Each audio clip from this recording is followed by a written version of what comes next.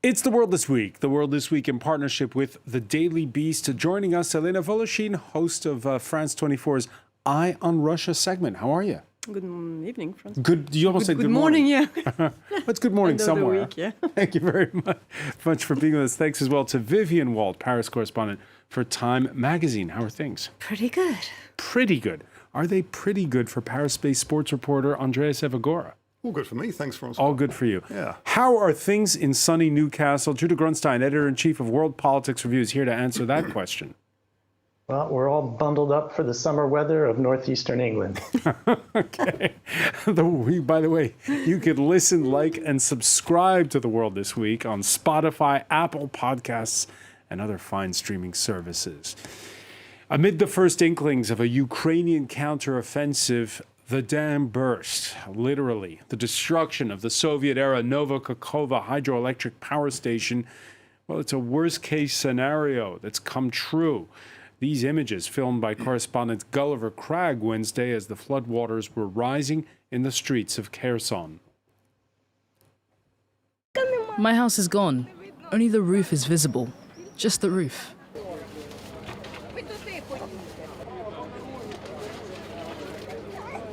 I'm fed up. I was home, but now it's all flooded up to the second floor. Rocky, come here. Elena Voloshin, there had been warnings from both sides for months that something like this could happen. Still, what a shock. Yes, well, it's some analysts said that it gave us a sense on whether Vladimir Putin could use or not the nuclear weapon, whereas he's always speaking about it, because indeed the Russian propaganda has been speaking of this scenario, of course, saying that the Ukrainian would blow up the Kakhovka dam. Since they withdrew from Kherson, it was October last year, and when they was in this very difficult position against the Ukrainian army, they were saying that the Ukrainians were planning this attack. So it was on air for months, indeed, and it was a very strong line in Russian propaganda during the withdrawal from Kherson. And so, yeah, it's the worst, as you said, case scenario that's happening now, because for Kherson and the region, it's like, after not enough of the war, it's only like it's a multi-suffering city, multi-suffering region, and like it's really a huge humanitarian catastrophe that is happening now, and the shelling is also still ongoing. I mean, they are shelling the evacuation spots of the people. So it's really horrific what's happening. Your Eye on Russia segment, you focus on what is being said in Russian media. So when you're saying that they ratchet up the warnings, that's kind of like a false flag that they're the ones. This is circumstantial. I'm pretty sure of it. As an observer, all the signs points towards Russia, because it's always like that when they accuse the Ukrainians that the Ukrainians are going to do this or do that. Usually, it means that the Russians are operating. It was the same basically with the full-scale invasion. When I was in Russia and when Russian paramilitary chiefs were speaking to me, they said the Ukrainians are going to attack. It's imminent. The big war is going to happen because the Ukrainians are going to attack us. So I mean, like reading the Russian narratives throughout the propaganda, which has like really nothing has to do with the reality on the ground. The way they spoke about this, I won't go into details, but the way they presented this event as an auto-realizing prophecy before it happened. I mean, today it's quite obvious that, and also there are testimonies that there was a blow up from the ground of the dam, which was under occupied territory. Yeah, so I mean. Again, here's the problem, right? We don't know. The dam was Russian held, and we don't know whether this was deliberate sabotage yet, or whether this is neglect. There were images of an explosion. Images of an explosion, but we don't know that something happened in the boiler room. What is certain is hydrologists poring over charts and satellite imagery point to a mismanaged Russian-occupied power station. Water levels plummeting during the winter months. You can see it on this chart. and overflowing ahead of Tuesday's explosion. This is over the last 3 years, Vivian Walt, these the water levels. So this dam was clearly not being properly managed. It's a hydroelectric power station we're talking about. There was plenty of evidence that over the past nearly 15 months that we are of, full-scale war, that there were a number of kind of cracks or dings or, there was a lot of damage to this dam. Not enough, obviously, to have caused this catastrophe earlier this week, but it certainly wasn't at its optimal state before this happened. So certainly it was weakened. I mean, I think what's so, baffling is who really had the motivation to cause this widespread disaster, because it affects Russia as almost as much as Ukraine. And so I think that there are a lot of open questions, and I personally don't think we should jump to any rapid conclusions. Is the answer to the question who stands to gain the same as the answer to the question who done it? Yes, I think it probably is. I think that certainly on the Ukrainian side, they've been very strategic in the way that they've managed this whole war from the start. And so if they did have a clear motivation to do this, despite the incredible loss of property and total upheaval to, add to the 25% or so of the country that's already displaced, I would think that, yes, the signs would point to this possibly having been an attack by Ukraine. So far, it seems unlikely. All right, the good news, water levels decreasing by about 20 centimeters overnight. The Dnipro not expected to recede fully for another week. It'll be interesting to see how deep or shallow the waters will be then. Judah Grunstein, you heard Vivian Walt there saying both sides with a lot to lose over this dam explosion.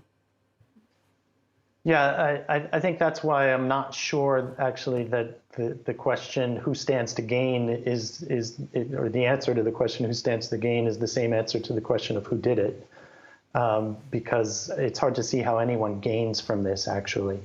I think also that just taking a step back, the way in which we're talking about the question of who might have done this, or whether it was done intentionally, I think illustrates some of the difficulty we have sometimes in talking about what's happening in the war in Ukraine and even outside of Ukraine, because I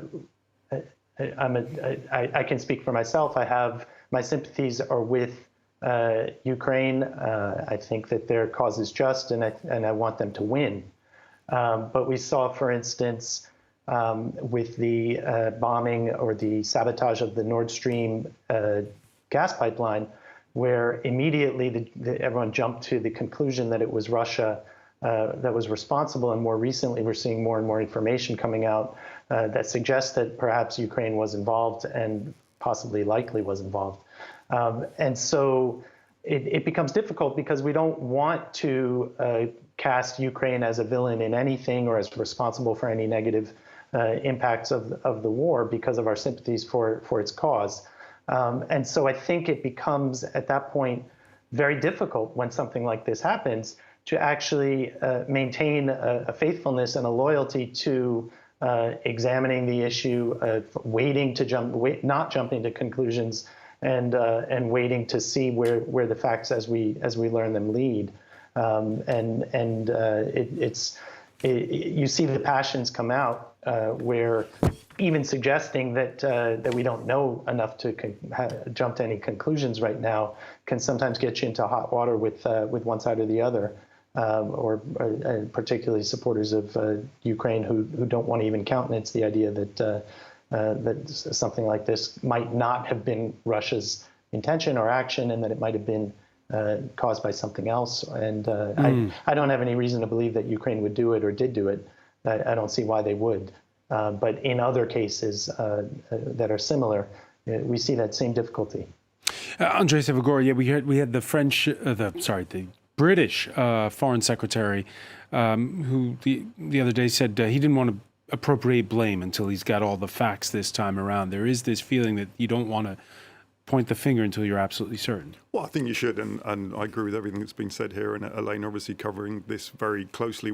Obviously our hearts go out to everyone who's affected by this. What was disturbing for me was the fact that how slow it's taken for any aid to get to these people. Now, after a year of this awful conflict, and we'd been warned that this might happen. I remember about a year ago, Craig Peters of this parish talking on this very program, saying we shouldn't be surprised about any kind of attack or eco-terrorism or whatever you want to call it.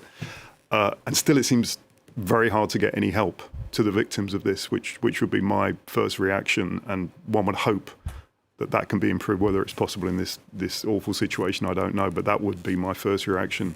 And hopefully, if this kind of thing happens again, tragically, it looks like it will, can we get aid to the victims quicker?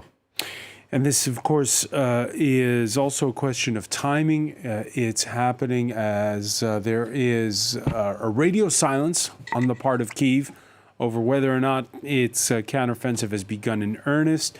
But there's evidence that's growing. The French Defense Ministry this Friday putting out a map that shows that Ukrainian counteroffensive activity, it seems, in 3 different zones along the front line. Including one that we'll focus on here, which is south of Zaporizhia, between 2 towns, Tokmak and Orikhiv. Little incursions, not that far across, but still in an area that is on the Russian side of the Dnipro River. There's also attacks and counterattacks further north around Bakhmut and around the city of Donetsk. But that wedge towards the south, Elena Voloshin, that points to a strategy on the part of Ukraine, which is to try to reach the Sea of Azov, which would isolate Crimea. Yes, this is part of a strategy for the counteroffensive. Although Ukrainians have been trying very hard to keep the secret around their plans, I mean, this is like kind of an obvious thing that they want to recover this region and to cut the road to Crimea. And in this sense, I'm sorry, I will go back to this, but I don't see any real Russian losses in this flooding of this territory, because this is not Russian territory. This is a occupied territory of Ukraine, and the real losses are humanitarian losses. And we know that for Vladimir Putin, sacrificing populations is not really so scorched earth policy, laying to waste because they're retreating. This puts Ukrainian army in difficulty for its counteroffensive on towards the south. So in that sense, I would say that this is rather a problem for Ukraine, rather for Russia, the flooding of this region. It reduces the amount of space for the front, but there's also some wondering aloud if, when those waters recede, since there'll no longer be a reservoir upstream, if the level of the Dnipro will be shallower and therefore easier to cross for the Ukrainians. Well, I'm not a military expert here, but I think that a flooded area, totally overflooded, is not an area where you can really go through and break through and have a big breakthrough military of your troops and your tanks and the counter-offensive basically on the water. I barely see how such a thing could happen. So I think this is really, if there is any strategy in it, apart from saying that, well, we can't occupy this territory, because I remind also that Vladimir Putin declared Kherson as a Russian city, and Russian propagandists keep on saying on Russian state TV that Kherson is temporarily occupied by Ukraine, and it's a Russian city, but flooding a territory that you can't, in fact, occupy by your army, this is also part of some kind of a revenge. I'm not like assessing that it is Russia. I'm just like saying that I have this reading and this is my own analysis. I'm not saying this is what happened, but for me, all signs show towards Russia, and I see this as part of a strategy to try to stop and refrain the Ukrainian counteroffensive. Vivian Walt? Well, I mean, I kind of will sort of yield to Elena on her, much greater knowledge on this.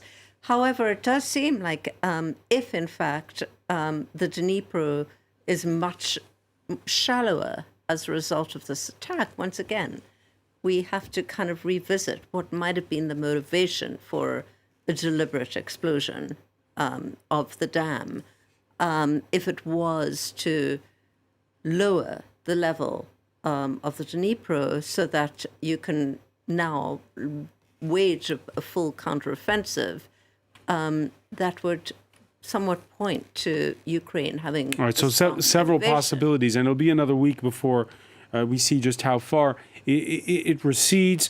In the meantime, in those areas that we showed you on that map of fighting, Judah Grunstein, there are Russian military bloggers who've filmed German-made Leopard tanks in action. Your thoughts on how that what you can piece together, again, because there is that radio silence, about this brewing counteroffensive?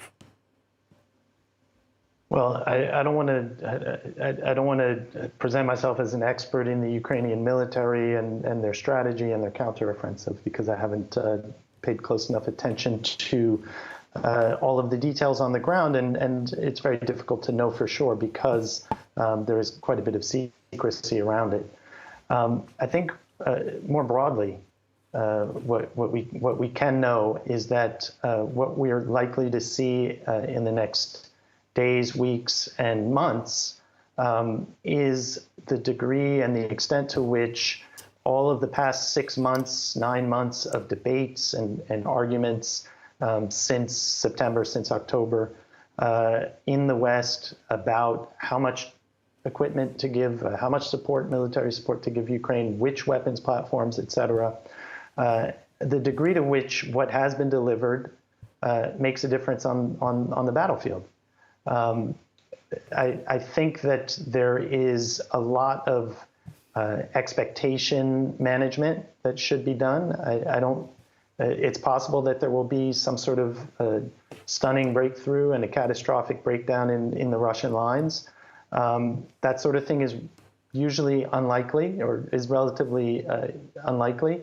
Russia has shown, despite all of its errors and all of its tactical and strategic errors, the ability to sort of plug in the gaps, fill in the gaps, hold ground, brutally, but effectively. And so I think that really what we need to caution against, certainly there's going to be a lot of people reading the maps every day and talking about which 2 kilometers or 5 kilometers or 15 kilometers have changed hands in the past 24 hours or 48 hours. And I don't mean to belittle that, because that's important, and that cumulatively will determine the outcome. But the outcome on the battlefield here is the product of months of preparation that we've seen, and will be the product of months of fighting.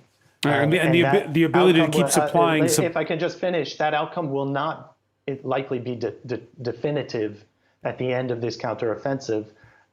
All signs point to a very long, drawn-out war that will go back and forth several times, and may not have a definitive battlefield outcome. So I think that there needs to be some expectations management in terms of what can and will be accomplished with this particular offensive. Yeah, and there's also increasing attention to events taking place across the Russian border. There was a drone that hit a residential building overnight in the Russian city of Voronezh, injuring 3. There have also been, things falling from the sky into the southwest. Elena Volochin, you, for your Eye on Russia segment, spoke to a resident of Shebekino, that's in Belgorod province, where we've seen those Ukrainian-backed militias who've been seizing villages and even capturing Russian soldiers. Yes, I spoke to a resident of Shebekino. It's a middle-aged woman who had to leave Shebekino on the 1st of June when the shelling was particularly heavy with all her family. She didn't want to tell me where she went, but it was a neighborhood city according to her. It was quite interesting, even for me, because I would expect that maybe with the war exporting to Russia, Russians and them living close to the border, maybe they would have like a sense of things that happened, which would not be like that. Radical, as in Moscow, for example, where they're far away and they say yes, Americans are attacking, etc. But she was like exactly in this parallel reality speech where she says, I told her who's bombing you, and she said, sorry, she said niggers, and I said, and the mercenary army. That was her answer, and I said, sorry, I did not get it.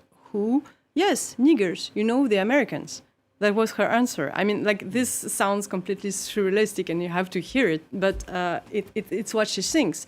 And then she gave a mess of old, propagandistic speeches, which were to say the black Americans are attacking Russia through the Ukrainian territory, and then saying the opposite, saying the Ukrainians want to invade Russia. And so at the end, I was trying to ask her, but do you have a sense that maybe what's happening to you is because your country invaded Ukraine and not Ukraine is wanting to invade your country? And she says, well, we don't really know. We are far away from politics. We just want peace. We don't want people to die. And, like when you push them, when you scratch this surface of propagandistic dogma that is over the brain of Russians, then the logic, they don't see the logic anymore. So they speak using slogans. They think it's their own opinion, but it's only what they reappropriate themselves from the narrative that are spread on Russian state TV. But it's always like quite kind of shocking to hear it, even for me, who is quite used to this, because I've been covering Russia for as a former Moscow years. correspondent. Yes, but yeah. And yeah, you think the slow red clay of the French Open tennis tournament may seem a long way from the front in Ukraine, but the reminders are there, with Ukrainian players like Alina Svitolina refusing to shake hands with Russian and Belarusian rivals. Svitolina lost in the quarterfinals this week of that Grand Slam tournament to Aryna Sabalenka of Belarus, who, after passing on post-match press conferences the two previous rounds, went public with her feelings. I don't support war, meaning I don't support Lukashenko right now. And I said it many times already, I'm not supporting war. I don't want my country to be involved in any conflict. Quite a gutsy statement, Andrea Sevagora. She was gutsy going into that press conference, very gutsy in it. One of the first things she said was, I'm going to answer any questions. She tried to in her own way. I won't tell you what she said as she was coming out, because I was lucky enough to interview Aryna as she was coming out. But she was quite shell-shocked and, I think, fair to say, worried about her entourage, let's put it that way. Yeah, I mean, this is all quite trivial compared to what we've been seeing. But we are putting sports people in a very difficult position where we are pushing them to be very clear about what they think about Lukashenko, what they think about the war, what they think about current events. These are young people who spend their day hitting a tennis ball. And I do know one Russian player who believes, or he believes he's had threats to his family from both the Russian side and the Ukrainian flag. So the Ukrainian side, both sides. And he's one of the top Russian players, one of the top players in the world. So they are in a very, very difficult position. And remember, in a year's time, we've got the Olympics coming to this city, and that will exaggerate things. It's something that's very hard for sports organisers and authorities to deal with. In a way, it's a game they can only lose. And Svitolina herself, when she refused to shake hands with her Russian opponent after one match, incidentally, that was a request from the Ukrainian government. She was getting booed from the French crowd, which I found absolutely staggering. So it really is a tough time for these players who don't actually spend that much time in Ukraine or Russia or Belarus, as is the case for Aryna Sabalenka. Vivian Walt? Yeah, I was actually at that match in the stands, and there was some very loud booing. And of course, one of the finals of the women's tournament is tomorrow. And one of the finalists is Russian. So, once again, we have this extraordinary thing. We're in Paris. The government and the president are completely behind Ukraine, and so is the crowd. And they are very hostile to these players. I hear what Andrea says. One has to kind of like wonder whether it was the right decision to allow them to compete. Yes, of course, it's not fair not to have them compete. But as Andrea says, it puts them in an impossible position. And it will again at the Olympics in a year's time. And Irina Sabalenka distancing herself from President Lukashenko. She was really, I mean, I saw her on the court. I was there. She was utterly shaken up at the end of that match, felt completely just battered by what had happened. And then subsequently went on to lose the next match. So, which might have played a part in her defeat. I think she lost the last 5 games of that match. She's the best player in the world at the moment, and very shaken coming off. It's only going to go on and on because this war is affecting all parts of sport, and let's see what goes on. Just to reply to that, remember Wimbledon did actually ban Russian players for 1 year. But now they're back this year. Exactly, because they were really fighting a losing battle because all the rest of the tennis world does accept Russia and Belarus players, we should be clear, but no flags and no mention of the word Russia or Belarus at the stadium. Who knows what happens to U.S. support for Ukraine if a Republican wins the White House next year? And who knows how the latest charges against the frontrunner will play among voters in that race. Last summer's raid on Donald Trump's Florida netting results. He's to appear next Tuesday in a Miami courtroom where he'll become the first U.S. president to face federal charges, 7 of them over leaked classified documents. They can't stop because it's election interference at the highest level. There's never been anything like what's happened. I'm an innocent man. I'm an innocent person. So he says, Judah Grunstein, we don't know exactly the specifics of these charges, how grave they are, because the indictment has not yet been unsealed. One certainty, though, it's been a week where some big names have thrown their hat into the ring on the Republican side. But at the end of the day, we're still just talking about Donald Trump. Yeah, we're talking about Donald Trump. And I think it's pretty likely that, barring some sort of really unexpected development, that he will win the Republican nomination. I think for me, with regard to this particular case, it's sort of one of those. It's a typical Trump scandal in some ways, because he's committed what is a pretty serious crime. And when you look at why, it's really hard to figure out why. Now, there might be some developments or revelations that make it a lot more grave in terms of his motivations or his intentions, or the consequences. But for now, the only conclusion that you can really draw is that, once again, he just comes out looking like a total moron. And yet, the effect and the impact in terms of U.S. politics is really, again, extremely serious. You have had this happened in 2021, for instance, you might have had time for the legal proceedings to play out before the election. Right now, there's absolutely no way that this case will be decided before the election. If the initial case is, it will be under appeal. And so you have the entire 2024 presidential election carried out under the cloud of one of the candidates in the midst of legal proceedings like this. And there are a couple others that are hanging over him as well. It then, imagine he wins the election, nevertheless, it puts the country in the situation where you have the president who oversees the Department of Justice in a criminal case prosecuted by the Department of Justice. So again, an impossible situation for the rule of law in a democracy. And I guess my fundamental, or my overall take or conclusion is just this, how casually Trump treats what is not his, but what belongs to the American people and American democracy. This casual disregard and contempt. In this case, the classified documents that you mentioned. The documents, but also the rules and norms of American democracy and the rule of law. That doesn't belong to him, and he's trampled on it. And it puts the entire country in this situation, an impossible situation, all to deal with the ego of one man. Well, so it's a situation that just causes me to feel quite a bit of resentment. Vivian Walt.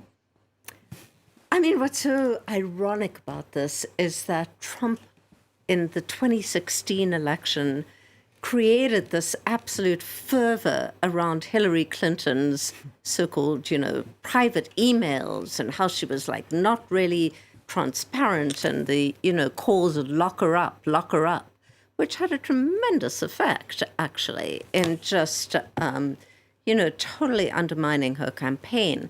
And the other thing that's so striking to me is, not a single Republican leader has come out. Well, I beg your pardon. Mitt Romney, who's not running for anything, did come out and say, this is really bad, and he clearly, mishandled classified information. There's so many cases now that do you wonder that if it's just become banal for? Well, I think that the Republicans feel they've played this kind of very delicate dance where they've come out and they've condemned the Justice Department while not condemning Donald Trump. So the whole line now is that, this is a weaponized Justice Department, weaponized government. And what's amazing to me is that even if he's convicted, it doesn't disqualify him from being president. You can be a criminal. And all you have to do to be, to have the qualities to be president of the United States is you have to be born in the U.S. and be over 35 years old. You can be as criminal as you like. And in fact, it seems to help his campaign among his base. It was Donald Trump who partnered with Saudi financiers to form the breakaway Live golf circuit. Lawsuits and finger-pointing then ensued. Now, it's been quite a week. The Live Tour has struck a shock merger deal with the Professional Golfers Association. It marks the Saudis' grand entrance into the U.S. professional sports market. Outspoken critics like former world number one Rory McIlroy say they're upset, say they still hate Live, but will have to learn to get over it. At least the PGA Tour now controls how that money is spent. So if you're thinking about one of the biggest sovereign wealth funds in the world, would you rather have them as a partner or an enemy? At the end of the day, money talks, and you'd rather have them as a partner. Money talks, Andreas Evagora. It certainly does. This was an amazing climb down. After everything that's gone on over the last year, there's been this war between the establishment and Live, which has really got very dirty with the establishment talking about 9/11 and bringing Saudi Arabia into it. Look, let's start at the beginning. Before we came onto this show, I had a quick look at Saudi investment over the period of 6 weeks, which is how long it takes a World Cup to play out, as you well know. In the last 6 weeks, Saudi has put 100 million euros into the French cinema industry. It signed up a big joint venture with La Pompidou to put money into the arts. So we really shouldn't be clutching our pearls when they put money into sports. I mean, for some reason, the media puts sport on some sort of higher moral plane than the arts and cinema. It certainly shouldn't be. So look, this is part of life, and the Saudis are involved in boxing, in Formula One, in football or soccer, you name it. But this is a huge problem for sport because the way they are investing money can really damage the integrity of the sport. How? What, in many ways. For instance, if they bought Newcastle United Football Club, that will result in a huge inflation of players because they will throw money. So a player that's worth 40 million will then be worth 80 million or 100 million. That means no one else can compete. So the only clubs that can compete, and therefore the only clubs that potentially will survive, will be those owned by the Middle East. And we're seeing that already. Qatar is probably going to buy Manchester United. They bought PSG down the road. The best team in the world are owned by the United Arab Emirates. The list goes on and on. So we're getting there, but we're in a very dangerous position. We've seen just this week Karim Benzema, who is a fantastic French forward, $200 million a year contract with a club in Saudi. And also, to answer your question, there are 4 big clubs in Saudi Arabia. They're all owned by the government. So how is that competition? How is that sport when 4 clubs are basically owned by the same man? Judah Grunstein, you're in Newcastle, where just a couple of seasons ago, the local club was threatened with relegation. Next year, they're going to the Champions League. Does anybody dislike the Saudis where you are? It's funny because right after that deal was announced, I was talking to a local guy here, and I was talking about the experience that I saw in Paris because I was there when PSG was bought by the Qataris. And in addition to the integrity of the sport, it also changes the city's relationship to the team, right? PSG was always a very sort of working class proletarian team. The stadium experience was pretty earthy, let's say, or rootsy. And after it was bought and the money was pumped into it, it became a very luxury product, right? With luxury boxes and season ticket holders, and the fan base changed quite a bit, and the relationship to the players changed quite a bit as well. And so I kind of ran through this and explained it, or just recounted my experience, and I said, yeah, it might change the relationship of Newcastle to the lads, as they call them here. It's a local team. It's really in the culture and fabric of the city. And he just looked at me. He said, "Yeah, mate, but we'll win the Premier League." And I was like, "All right, that's about it." If all they want, when you have a culture in sport where winning is everything, and at any cost and at any price, and no matter what the team, what the relationship to the team is anymore, that's what you're going to get. But he was overjoyed. The fans here are overjoyed. And yeah, winning soothes a lot of injuries. Let's put it that way. Yeah, we've seen this movie before, Elena Velicin, when Roman Abramovich bought Chelsea. They were calling it Chelsea. The fans in London were delighted. They won titles. They won Champions Leagues. Yeah, well, Roman Abramovich, I don't know how far is interfering into the. Well, he's had to sell Chelsea. He's trying to bring politics into the sport thing. Although he was one of the negotiators within the group in Ukraine, and no one understood what he does there. But I think this all brings us to the conversation we had before about the players, whether would sport be outside politics? I mean. Of course, it has always a repercussion and consequences on people down, on players, on inhabitants of those areas. But at the end of the day, right, it's all about it's all big politics. So you can't really pretend that sports are outside politics. Let's also remember the Sochi Olympic Games in Russia. Right, and I saw those athletes who were banned because of the doping scandal. Then from other competitions saying, "But it's not our fault." But I mean, yes, but it's how it is, right? Francois, it goes even further than that because at the moment, going back to Newcastle fans are turning up to the stadium wearing the gutre, right, the Saudi headscarf. It's like the cool thing to do. If you listen to a radio phone-in, as I do, a UK radio phone-in on sports, you'll have Newcastle fans calling up, defending the Saudi regime, saying it's terrible how the king's being portrayed in the Western media. It's also so the money invested really does work, and it's not that complicated. It is a propaganda operation, above all. Yeah, and Francois, if I could say one thing about the golf league. Yeah. Given the fact that Donald Trump is an investor and his past record in business, and especially sporting businesses, there's no guarantee that league is going to survive or succeed. So I'd wait a little while before we draw any conclusions there. But I just want to say something. What's so different about what the Saudis are doing compared to what, for example, the Qataris are doing is they're actually trying to grow their own league. Or shall we say they're trying to buy their own league. They're the only Gulf country that actually has the population to pack huge stadiums. And they don't care what it's going to cost them. for their own population. This is a country where 2/3 of the country is under 35, and they're completely football crazy. So, and they're also sports crazy. And bidding for the World Cup. There's nothing that this government could offer them more than just mass sports. I was at the first Formula One in Saudi Arabia a couple of years ago, and the excitement among young people there, and of course, every day ended with a giant blowout rock concert by Justin Bieber was there with fireworks, and this is just transformative for the actual country. I absolutely agree with that, and I came across a lot of Saudi fans in Qatar during the World Cup, and one very important difference in modern football is that outside of Europe, young people, they don't support a club, they support a player.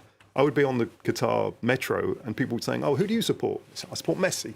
I support Ronaldo. It's not about the country, it's not about the club. So bringing players to Saudi, as Vivian says, is very, very important. When PSG signed Messi, within 24 hours, PSG's Instagram account had 4 million new followers. 4 million, 24 hours for one social media account. Their figures even Trump couldn't match. Lionel Messi, who opted not to go this week to Saudi Arabia, but instead to the United States, to Miami.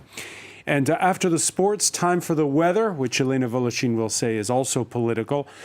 Paris eagerly awaits forecasts in thunderstorms this Friday. It would be the French capital's first precipitation in 25 days. It's the longest dry spell we've felt here for this time of year since the 1940s. And speaking of unprecedented, smog, worse than in India and Pakistan, choking New York's Times Square. The consequence of unseen early season forest fires that have sent smoke south from Canada. Stay indoors. If you can't stay indoors, go out, and you have to be outside, wear a high quality mask and avoid outdoor gatherings, avoid outdoor events. What's your reaction, Judah Grunstein, when you see your hometown shrouded in smog? Yeah, it's kind of odd to be nostalgic for the good old days of the 70s when it was just lead gasoline emissions and the Gowanus Canal smelling about miles away. But yeah, all joking aside, it's stunning and shocking, and I think in some ways the difference, and we're seeing it right here with this shot, right? The difference between this impact of global warming and climate change and other impacts is that you can actually see this. So it makes it very visible what's happening to the planet in a way that, hot weather is hard to deal with, and it can be deadly, and we feel the discomfort, but you don't see it. It's hard to portray. And this you see right away. And you also see very clearly as well, in a way that you don't otherwise, the way in which events somewhere very distant have a very real impact far away. And so you have a climate change impact in Canada having an impact on the east coast of the United States. What I do think also, and I'll just throw this in, this is stuff that parts of the world have been dealing with for a while now. And it's good that the American population and population in Europe, when it was wildfires here and heat waves here in Europe, are really starting to perk up and pay attention. It would have been good to pay attention earlier, because there are parts of the world that have been feeling the brunt of this for a while now. I'm thinking of Africa, parts of Asia, and now it's hitting here. Attention. And we'll now see it's hitting home, and then we'll see how this summer plays out. We've had record drought this spring in places like Spain, southern France. We'll see how it plays out also throughout the Mediterranean regions and even further parts north. In Norway, I know they've been feeling some of that smog coming over from Canada. I want to thank you, Elena Voloshin. I want to thank as well Andreas Evagora, Vivian Walt, Judah Grunstein for being with us from Newcastle. And thank you for being with us here in The World This Week.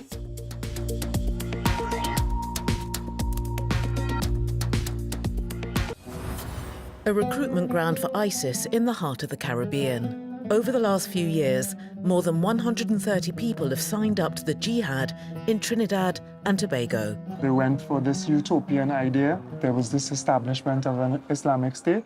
Involving their families. I asked my husband to come home, and he was against. And the guy told me that I could get my neck cut off. They could kill me for that. And with no hope of ever returning. We have a child that is, the youngest is 3 years old, that was born in the camp over there. The only life that child knows is growing up in a tent. Reporters on France 24 and France24.com.